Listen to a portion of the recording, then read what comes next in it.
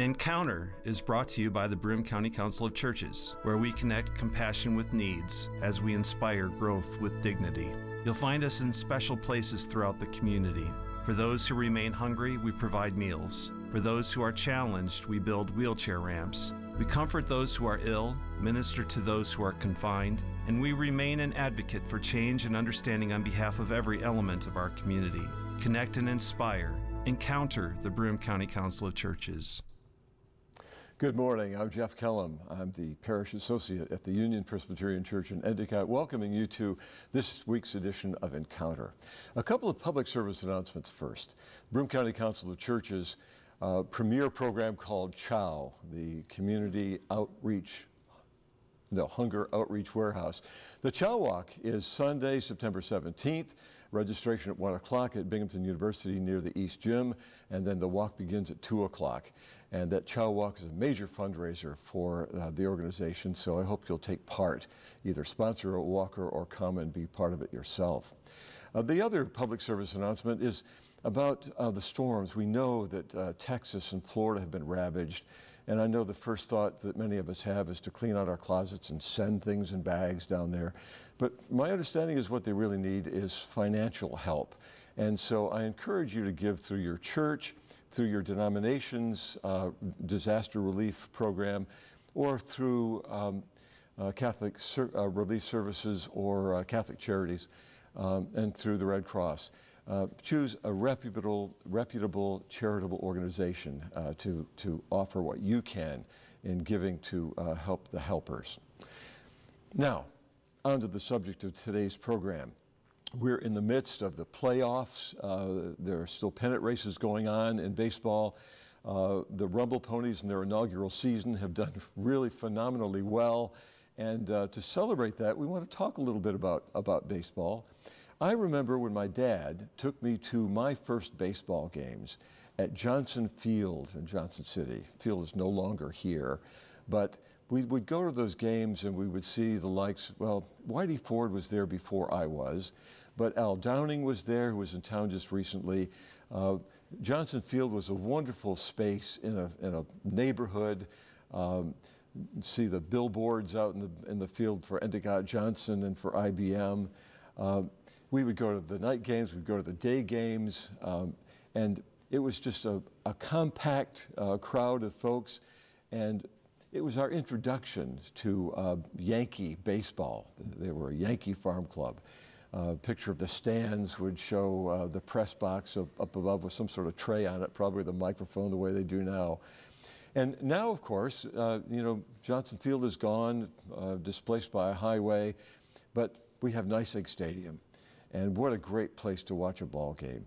Not as many of us as we would like at the ball games, but on Labor Day, it was the last game of the regular season, and the Rumble Ponies were wearing their Star Wars Yoda-themed baseball uniforms. The Force was with them, and they won that last game.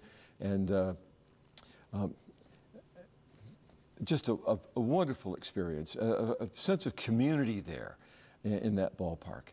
So my guest today, my devotion to baseball, I have here a baseball I caught on my last game when I was in Richmond. It's an official International League game, ball from the Richmond Braves, and that's the only baseball I've kept.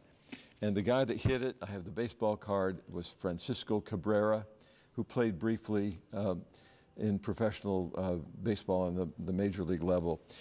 I was at the ballpark at Nice Egg, and I saw people with baseball cards going like this, just brushing them, and maybe they're polishing. Do you know what that thing is? I don't have a clue. Well, I have a clue who you are. This is Bob White. Bob and I go to baseball games together. Yes. Bob is a retired Presbyterian minister, as am I. And we've been thinking about our devotion to the game and wondering whether it's a religious devotion to the game. And so we're going to talk about religion and baseball. That's a combination. You've worn your I did. Ponies Right. Bring It Home for the All-Star game. And they're going to do that in 2020. Yeah. Yeah. So let's talk a little bit. Now, you know, I've collected these books. Matt Matthews, a friend of mine, gave me a book called The Physics of Baseball. I don't understand any of this, but I'm glad to have the book. The Game, One Man, 9 Innings, A Love Affair with Baseball. George Will has a book called Men at Work. And it's phenomenal what this man knows about baseball. And then, of course, there's the book celebrating 100 years of baseball in Greater Binghamton by Jim Jory and Michael McCann. And that's a wonderful history for local baseball. And then we get into the theology, or at least the God talk about baseball. And God said, play ball, amusing and thought-provoking parallels between the Bible and baseball. And then a book called Crossing Home, The Spiritual Lessons of Baseball. This is by James Penrice. And you have a book, too. And one more, Baseball as a Road to God, by John Sexton. He's the, at the time he wrote this, he was the president of NYU, and he's an absolutely rabid New York City-born baseball fan. I won't say which team because he had a conversion somewhere along the way. That's religious, isn't it? That's religious, yeah. Right. And the foreword is by Doris Kearns Goodwin, who is a presidential scholar, and she was quoted in one of the books that I have too. Yeah. So she's quite the ball fan also. Let's start by looking at, well, let's look at the cathedrals in which this sport is played. Aren't they religious spaces to some people? Sacred spaces? You know, they're sacred spaces. It's a sacred time when people go to the ballpark. I want you to image for a minute, when you go into a baseball or any sports stadium, that you walk through some tunnels and labyrinths and underneath a bunch of concrete and everything, and all of a sudden you come out, and there you are in an open space, and there's the field, and what's the first thing you go, oh, wow. Yeah, yeah, you know, there's this, okay, people that go to cathedrals in Europe, same thing. You go through these massive doors, you walk in, and all of a sudden you're confronted by this incredible, beautiful sense of awe space. Yeah. That's right. And so there's a parallel there. Yeah, and the cathedrals that are classic are the Fenways and the Wrigley's. When we lived in Vermont, we would go up to Montreal and watch baseball played at Olympic Stadium, which you could walk in and say, wow, but the game played in this, sounded like it was played in a factory. I mean, it was just, it wasn't the way baseball should be played. And now, of course, it isn't played there anymore. Mm-hmm. The contrast was their Class A baseball team in Burlington. Right. Was played at the Centennial Field, a 100-year-old ballpark, one of the oldest operating ballparks on the university campus, and it was about as... We've got one of those right here in the southern tier at Dunn Field, where the Elmira Pioneers play, over in Elmira. It's at least a century-old stadium. It's just a magnificent sense to go in there and sit in these old wooden slatted chairs and see the steel beams holding up the roof, hoping that they won't give in after all these years. Which is like an old neighborhood church. It is. Oh. Yeah. So baseball is a road to God. We're thinking about some of the ways that there are parallels in religion, and you and I were talking about the Trinity and how 3 is an important number. You see the fleur-de-lis in some churches, or this 3-leafed clover design, and baseball is a game of 3s, isn't it?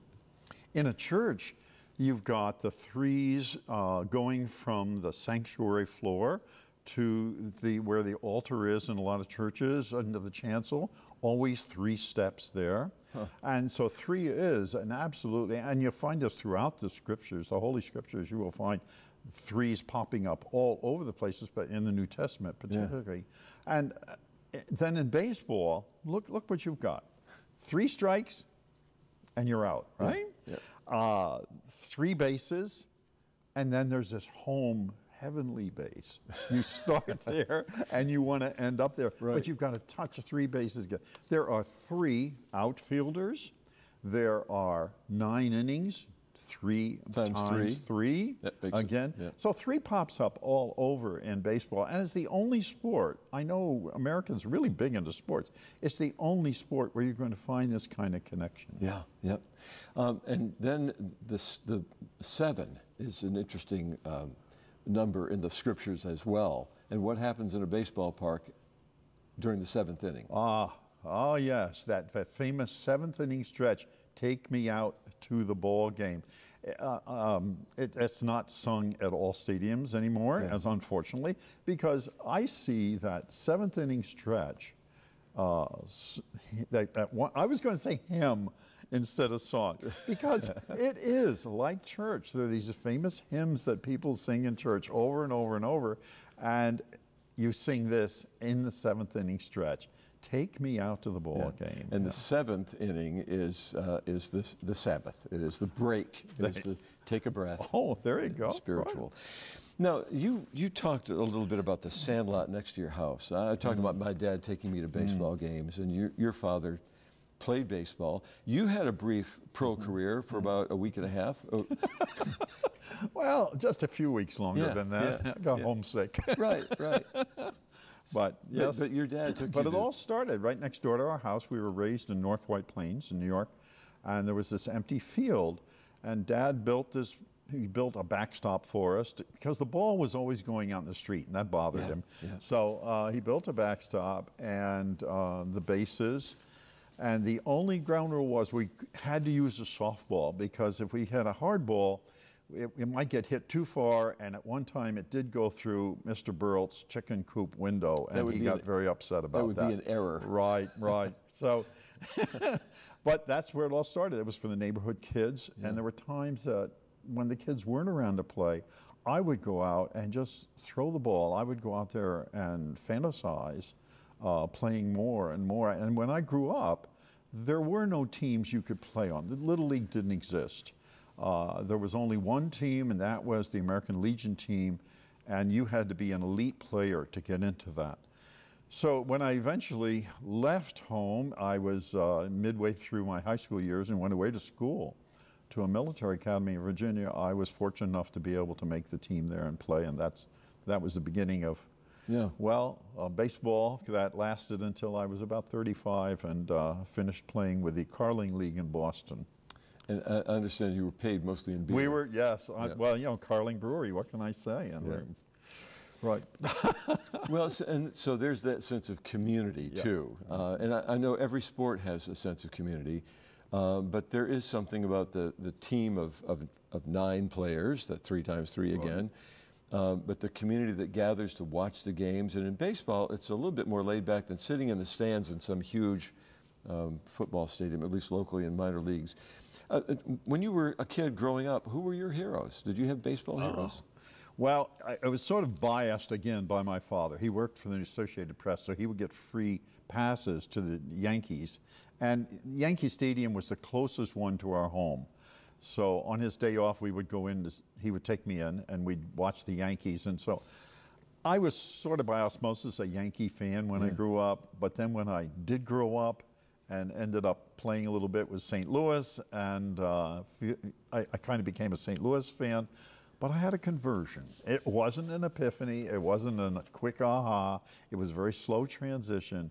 And it came when I moved back to America, back here to the Southern Tier 15 years ago, and walked into Nice Lake Stadium and saw these B-Mets at the time that were there, and have become very much a Met fan since then.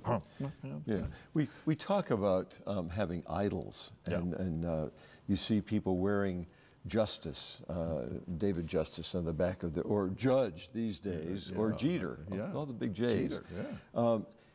They're wearing their jerseys because I guess you could say they idolize those players. They're faithful to them. See, the language is still kind of religious language when we talk about these folks. As I grew up, I wasn't, I was following the local team more than I was watching early television. So we can move now into the idea of rituals in baseball. The other night at the playoff game, we saw a player come up and draw something next to home plate in the dust with his bat.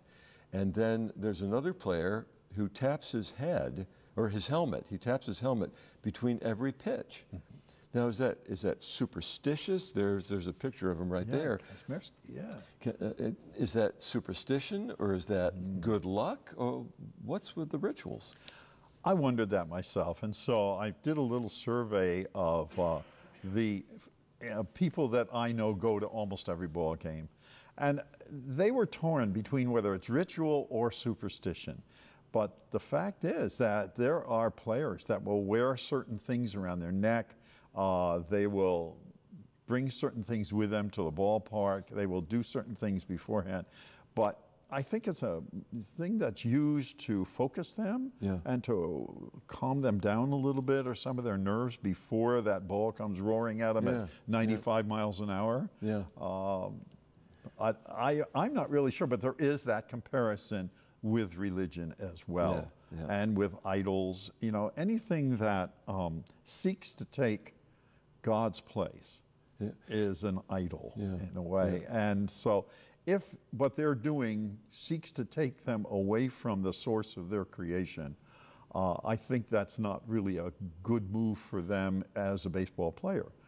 It could throw off their timing when they go hitting, and then again it may focus them into their timing. So it's hard to tell. Yeah, and if you should forget your lucky socks that day, I remember a player who would not step on a chalk line. That's right. When he went up. Oh, to you'll bat. still see that, especially with pitchers. Yeah, they will hop over that. Yeah. What was that line when we grew up as children? Step on a crack, break your mother's back, or something. Yeah. The idea of the devotion that we have to our teams. You know, I was thinking again, trying to make some of the conversations in these books make huge leaps that are kind of silly sometimes. One of them quoted the psalm about God's fingers, and then he went on to talk about Raleigh fingers.